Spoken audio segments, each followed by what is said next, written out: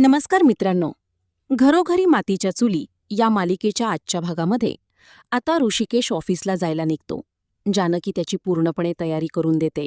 त्याची बॅग वगैरे आहे ते सगळं काही हातात देते आणि म्हणते की ऋषिकेश, तुम्हाला एक विचारू का? त्यावरती ऋषिकेश म्हणतो की हो, बोल ना, काय बोलायचं होतं? तेव्हा जानकी म्हणते की हे बघा, तुम्ही एक काम करताल का? ऐश्वर्याला घेऊन तुमच्यासोबत ऑफिसला जाताल का? इथून पुढे ऐश्वर्या ऑफिसमध्ये जात राहील. त्यावरती आता ऋषिकेश म्हणतो की मला माहिती आहे, जेणेकरून घरातील वाद मिटतील आणि ऐश्वर्या जास्तीत जास्त वेळ ऑफिसमध्ये राहील, त्यामुळे घरामध्ये वाद काही होणार नाही. तेव्हा आता हे ऐकल्यानंतर जानकी म्हणते की तुम्ही तर खूपच हुशार आहात. आणि ऋषिकेश म्हणतो की मी घेऊन जाईल ऐश्वर्याला, नक्कीच घेऊन जाईल. आणि मला माहिती नाही की हे दिवस असे कुठपर्यंत असतील. जितक्या दिवस शक्य होईल तितक्या दिवस करता येईल. त्यावरती आता जानकी म्हणते, हे बघा ऋषिकेश, शक्य आहे तितके दिवस आपण नाही सांगू शकत, परंतु प्रयत्न करत राहणे हे खूप गरजेचं आहे. आणि हे घर विखरून देणार नाही असं मी नानांना वचन दिलेलं आहे.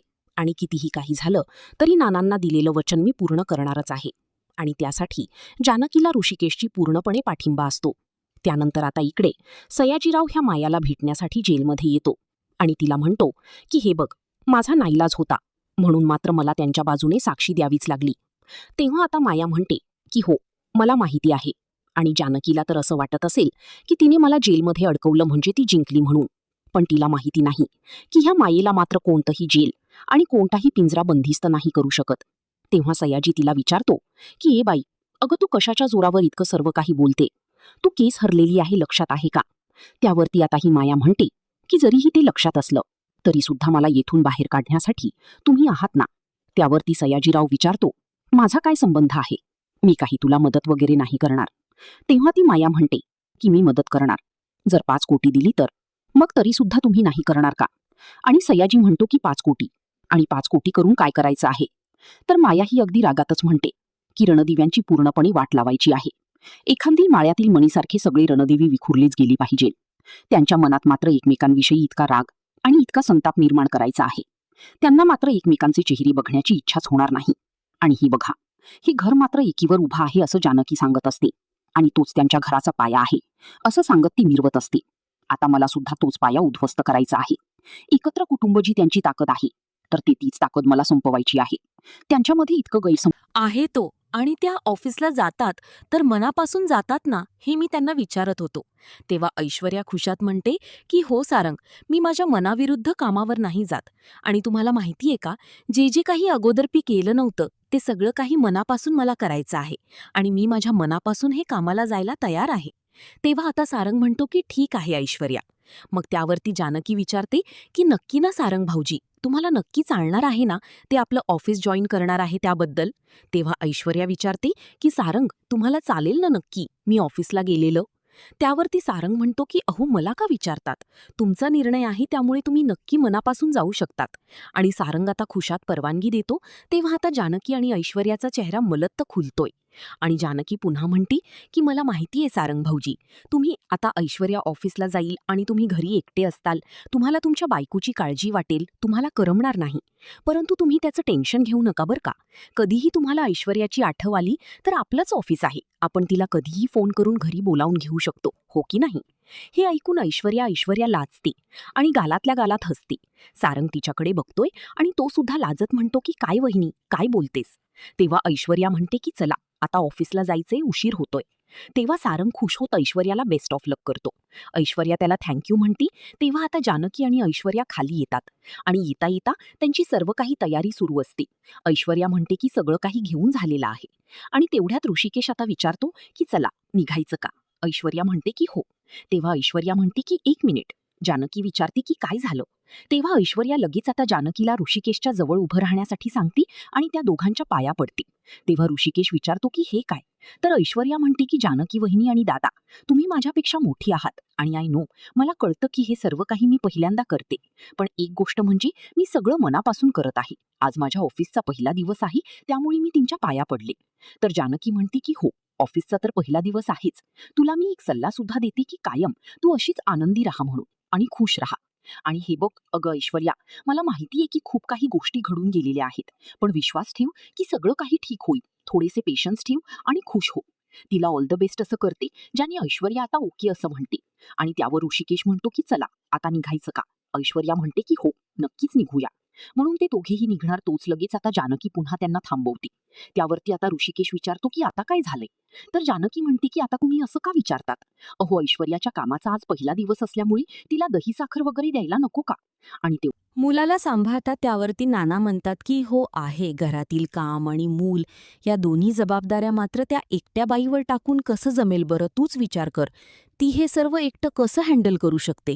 तेव्हा सुमित्रा म्हणते की तुम्ही एक काम करा, मला नाही येता येणार आणि मला हे सर्व नाही जमणार, कारण मला घरातील काही जबाबदाऱ्या असतात. कारण जानकी घरात एकटं काम किती हँडल करणार आहे, तिलासुद्धा काही मदत करायला नको का इथे कोणी. नाना म्हणते की हो अगं, तुझं सगळं काही बरोबर आहे, परंतु शर्वरीने मात्र विमानाची तिकीट काढून पाठवली की नाही, तिचे पैसे वाया घालून कसं चालेल बरं, तूच विचार कर.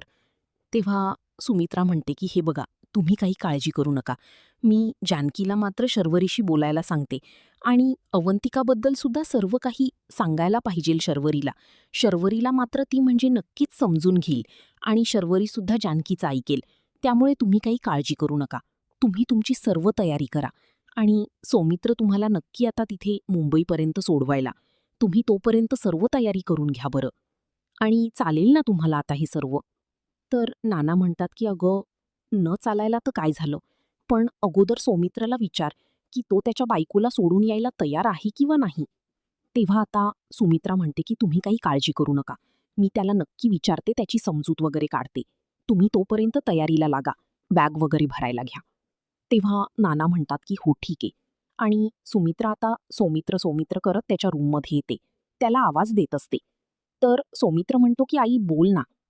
सुमित्रा म्हणते की हो, ती इथेच आहे वाटतं आणि हे बघ जरा तुझ्याशी बोलायचं होतं. आणि सौमित्र, मी जर तुला एक काम सांगितलं तर नक्की तू करशील का. किंवा सौमित्र म्हणतो की अगं बोल ना आई, काय काम होतं. त्यावरती आता सुमित्रा म्हणते की हे बघ, तुझ्यावर एक जबाबदारी टाकली तर ती नक्की करशील ना, पार पाडशील ना, आणि तू नक्की जाशील का. त्यावरती आता सुमित्रा म्हणतो की अगं पण मी जाईन, पण नक्की काय काम आहे त्याबद्दल तरी सांग. सुमित्रा म्हणते की अरे, मला माहितीये की तू नक्की जाशील, परंतु अगोदर काम काय आहे ते तर माहिती करून घे. नक्की आता म्हणजे तुला जावं लागेलच. त्यावरती सौमित्र म्हणतो की हो, परंतु नक्की जायचं कुठं. तिच्यापासून तू लांब राहा आणि तिने जर काही खायला प्यायला दिले तरी सुद्धा तू ते घेऊ नकोस. आता तो तिला कशी काळजी घ्यायची हे सांगत असतो. तेव्हा अवंतिका म्हणते की सौमित्र, अरे प्लीज शांत हो जरा आणि काही टेन्शन घेऊ नकोस. आणि याबद्दल तुम्हाला अजूनपर्यंत किती उपदेश देणार आहेत बरं. तू मुंबईला चाललायस मग तरीसुद्धा तुझी सर्व काही काळजी इकडेच असेल का. तू तुझी काळजी करायला हवी. सगळं काही नीट वगैरे घेतलेलं आहे का. त्यावरती आता लगेच सौमित्र म्हणतो की हो, मी सगळं काही नीट घेतलेलं आहे, तू फक्त तुझी काळजी घे. तर अवंतिका म्हणते की हो, मला काहीही होणार नाही हे लक्षात ठेव, त्यामुळे तू काही काळजी करू नकोस. तेव्हा आता सौमित्र तिला जवळ घेतो आणि म्हणतो की अवंतिका, अगं तू माझं जग आहे आणि तुला जर काही झाले तर. त्यावरती लगेच अवंतिका त्याच्या तोंडाला हात लावते आणि म्हणते की नाही, तुला काही झाले तर म्हणजे. आणि सोमी, तू काही पण बोलतो काय रे हे, असं बोलणं. आणि हे बघ, अरे तू फक्त 2च दिवस मुंबईला चाललेला आहे, त्यामुळे नको इतकं टेन्शन घेऊ. इथे माझी काळजी घेण्यासाठी आई आहेत, वहिनी आहेत आणि ते नक्की माझी काळजी घेतील, त्यामुळे तुला टेन्शन यायची काही गरजच नाही. तेव्हा आता सौमित्र म्हणतो की अगं, इथे जानकी वहिनी आहे, आई आहे, परंतु तू हे सर्व विसरतेस. ऐश्वर्या मात्र आता हे सगळं चांगुलपणा असण्याचं नाटक करत आहे. ती कधीही बदलणार नाही आणि उद्या जेव्हा ती कारस्थान करेल आणि तिच्यावर कुणाचाही संशय येऊ नये त्यासाठी हे सर्व ती नाटक करत आहे. तेव्हा अवंतिका म्हणते की नाही सोमी, अरे तू अजून सुद्धा तोच विचार करतोयस. अरे ऐश्वर्या खरंच सुधारलेली आहे. अरे तिच्या सगळ्या चुका तिला समजलेल्या आहेत, त्यामुळे ती खरंच असं नाटक वगैरे काही करत नाही. आणि तुला एक गोष्ट सांगते, अरे तुला ऐश्वर्यावर संशय आहे म्हणून जानकी वहिनीने ऐश्वर्याला ऑफिसमध्ये पाठवण्याची जबाबदारी घेतलेली आहे. तिला ऑफिसमध्ये पाठवलेलं आहे, तर आणि ते पण ऋषिकेश दादांच्या सोबत. अरे म्हणजे तिचं माझ्या आजूबाजूला असण्याचा प्रश्नच येत नाही. आता हे सर्व ऐकल्यानंतर सौमित्र म्हणतो की काय बोलतेस तू, हे सर्व